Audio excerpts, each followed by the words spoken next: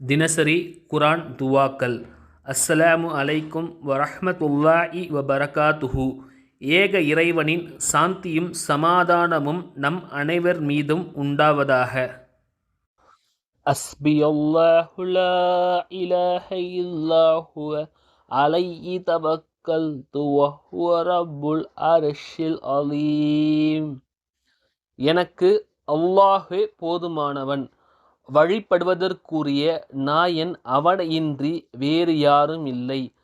அவன் மீதே நான் பரிபூர்ண நம்பிக்கை கொண்டுள்ளேன். அவன்தான் மகத்தான அரியாசனத்தின் அர்ஷின் அதிபதி. இன்று ஜும்ஆ நாளில் என் மீது சலவாத்தை அதிகமாக்குங்கள். உங்களது சலவாத் எனக்கு எடுத்துச் சொல்லப்படுகிறது என்று நபி ஸல்லல்லாஹு அலைஹி வஸல்லம் கூறினார்கள்.